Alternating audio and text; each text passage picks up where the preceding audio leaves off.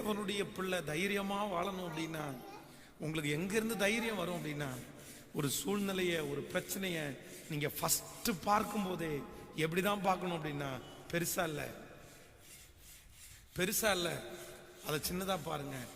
பார்வையிலே தவறின ஒரு மனிதன் தங்களுடைய வாழ்க்கையிலே தைரியசாலியா இருக்கவே முடியாது, இருக்கவே முடியாது. நீங்கள் தாவீதை குறித்து வேதம் சொல்லும் போது ரொம்ப அழகா சொல்லுது.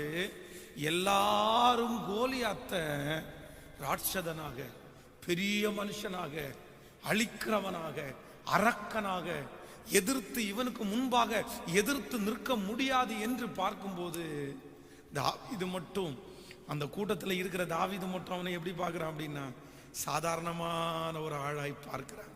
இன்றைக்கு இந்த ஜெபத்தில் இருக்கிற ஆண்டவருடைய பிள்ளையே, உங்களுக்கு முன்பாக இருக்கிற பிரச்சனை ரொம்ப பெரிதா இருக்கலாம். உங்களுக்கு